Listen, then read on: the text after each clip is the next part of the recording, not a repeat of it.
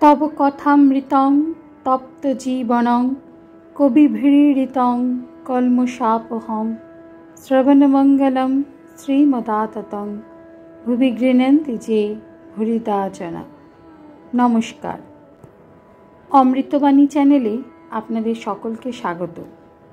শ্রী শ্রী ঠাকুর, মা ও স্বামীজির রাতুল চরণে শতকোটি প্রণাম জানিয়ে শুরু করছি আমাদের আজকের পাঠ। 1885 অক্টোবর, 21 পরিচ্ছেদ। মাস্টার ও ডাক্তার সংবাদ। মাস্টার ডাক্তারের বাড়ি উপস্থিত হইয়া দেখিলেন ডাক্তার দুই একজন বন্ধু সঙ্গে বসিয়া আছেন। ডাক্তার মাস্টারের প্রতি, এই 1 মিনিট হলো তোমার কথা করছিলাম, 10টায় আসবে বললে 1.5 ঘন্টা বসে ভাবলুম কেমন আছেন, কি হলো। বন্ধুকে, ওহে সে গানটা গাও তো।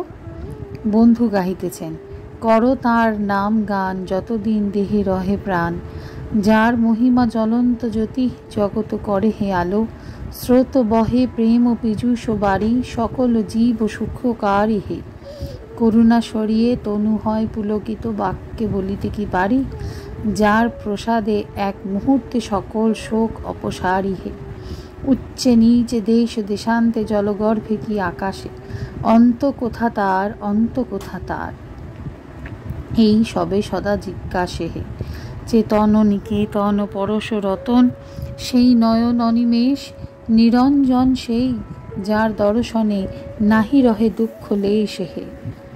ডাক্তার মাস্টারকে, গানটি খুব ভালো নয়, ওইখানটি কেমন? অন্ত কোথা তার, অন্ত কোথা তার, এই সবে সদা জিজ্ঞাসে।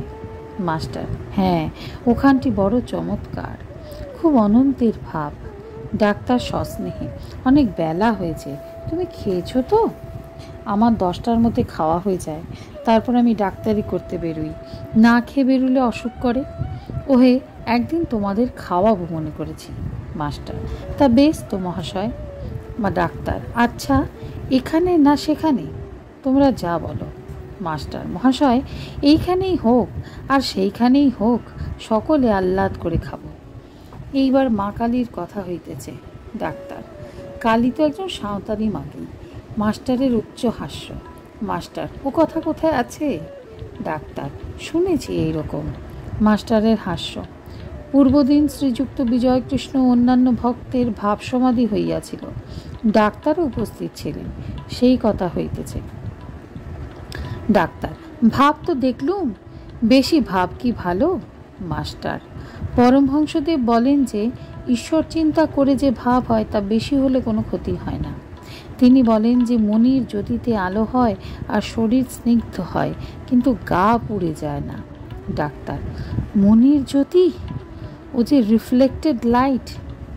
মাস্টার, তিনি আরও বলেন অমৃত সরোবরে ডুবলে মানুষ মরে না, ঈশ্বর অমৃতের সরোবর, তাতে ডুবলে মানুষের অনিষ্ট হয় না, বরং মানুষ অমর হয়, অবশ্য যদি ঈশ্বরে বিশ্বাস থাকে। ডাক্তার, হ্যাঁ তা বটে। ডাক্তার গাড়িতে উঠিলেন, 2-4টি রোগী দেখিয়া পরমহংসদেবকে দেখিতে যাইবেন। পথে আবার মাস্টারের সঙ্গে কথা হইতে লাগিল। চক্রবর্তীর অহংকার, ডাক্তার এই কথা তুলিলেন।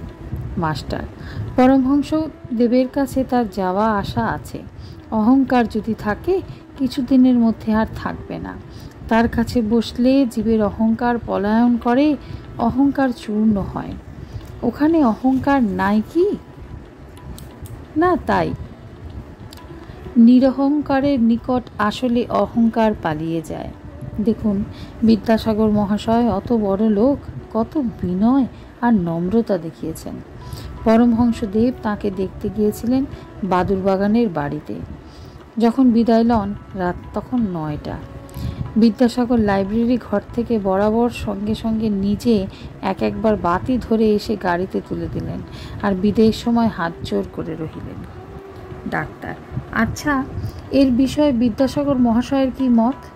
মাস্টার, সেদিন খুব ভক্তি করেছিলেন, তবে কথা কয়ে দেখেছি বৈষ্ণবেরা যাকে ভাবটাব বলে সে বড় ভালোবাসেন না, আপনার মতের মতো। ডাক্তার, হাত জোর করা, পায়ে মাথা দেওয়া, আমি ওসব ভালোবাসি না। মাথাও যা পাও তা, তবে যার পা অন্য জ্ঞান আছে সে করুক।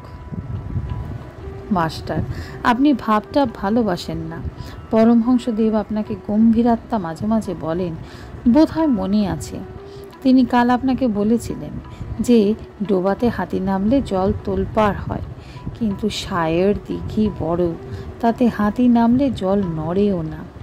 গম্ভীরাত্মার ভিতর ভাবহস্তি নামলে তার কিছু করতে পারে না। তিনি বলেন আপনি গম্ভীরাত্মা। Doctor, I don't deserve the compliment. ভাব আর কি? ফিলিংস, ভক্তি আর অন্যান্য ফিলিংস। বেশি হলে কেউ চাপতে পারে, কেউ চাপতে পারে না। মাস্টার, এক্সপ্লেনেশন কেউ দিতে পারে এরকম করে, কেউ পারে না। কিন্তু মহাশয়, ভাবভক্তি জিনিসটা অপূর্ব সামগ্রী। স্ট্যাবিং অন ডারউইনিজম আপনার লাইব্রেরিতে দেখলাম। স্ট্যাবিং বললেন, হিউম্যান মাইন্ড যার দ্বারাই হোক, ইভলিউশন দ্বারাই হোক বা ঈশ্বর আলাদা বসে সৃষ্টিই করুন, ইকুয়ালি ওয়ান্ডারফুল। তিনি একটি বেশ উপমা দিয়েছেন, theory of light. Whether you know the undulatory theory of light or not, light in either case is equally wonderful. Doctor, হ্যাঁ, আর দেখেছ স্ট্যাবিং ডারউইনিজম মানে, আবার গড মানে, আবার পরমহংসদেবের কথা পড়িল। ডাক্তার, ইনি পরমহংসদেব দেখছি কালীর উপাসক। মাস্টার, তার কালী মানে আলাদা। বেদ যাকে পরম ব্রহ্ম বলে তিনি তাকেই কালী বলেন। মুসলমান যাকে আল্লাহ বলেন, খ্রিস্টান যাকে গড বলেন, তিনি তাকেই কালী বলেন। তিনি অনেক ঈশ্বর দেখেন না, এক দেখেন। পুরাতন ব্রহ্মবিজ্ঞানীরা যাকে ব্রহ্ম বলে গেছেন, যোগীরা যাকে আত্মা বলেন, ভক্তেরা যাকে ভগবান বলেন, পরমহংসদেব তাকেই কালী বলেন। তার কাছে শুনেছি একজনের একটি গামলা ছিল, তাতে রং ছিল। কারু কাপড় ছোপাবার দরকার হলে তার কাছে যেত। সে জিজ্ঞাসা করত, তুমি কি রঙে ছোপাতে চাও? লোকটি যদি বলতো সবুজ রং, তাহলে কাপড়খানি গামলার রঙে চুবিয়ে ফিরিয়ে দিত ও বলতো, এই লও তোমার সবুজ রঙে ছোপানো কাপড়। যদি কেহ বলতো লাল রং, সেই গামলায় কাপড়খানি চুপিয়ে সে বলতো, এই লও তোমার লালে ছোপানো কাপড়। এই এক গামলার রঙে সবুজ, নীল, হলদে সব রঙে কাপড় ছোপানো হতো। এই অদ্ভুত ব্যাপার দেখে একজন লোক বললে, বাবু আমি কি রং চাই বলবো? তুমি নিজে যে রঙে ছুপেছ আমায় সেই রং দাও। সেইরূপ পরমহংসদেবের ভিতরে সব ভাব আছে। সব ধর্মের, সব সম্প্রদায়ের লোক তার কাছে শান্তি পায় ও আনন্দ পায়। তার যে কি ভাব, কি গভীর অবস্থা, তা কে বুঝবে? Doctor, all things to all men, তাও ভালো নয়, অলদো সেন্ট পল সেজ ইট। মাস্টার, পরমহংসদেবের অবস্থা কে বুঝবে? তার মুখে শুনেছি সুতার ব্যবসা না করলেই 40 নম্বর সুতা আর 41 নম্বর সুতার প্রভেদ বোঝা যায় না। পেন্টার না হলে পেন্টারের আর্ট বোঝা যায় না। মহাপুরুষের গভীর ভাব, ক্রাইস্টের ন্যায় না হলে ক্রাইস্টের সব ভাব বোঝা যায় না। পরমহংসদেবের এই গভীর ভাব হয়তো ক্রাইস্ট যা বলেছিলেন তাই, be perfect as your father in heaven is perfect. Doctor, আচ্ছা তার অসুখের তদারক তোমরা কীরূপ করো?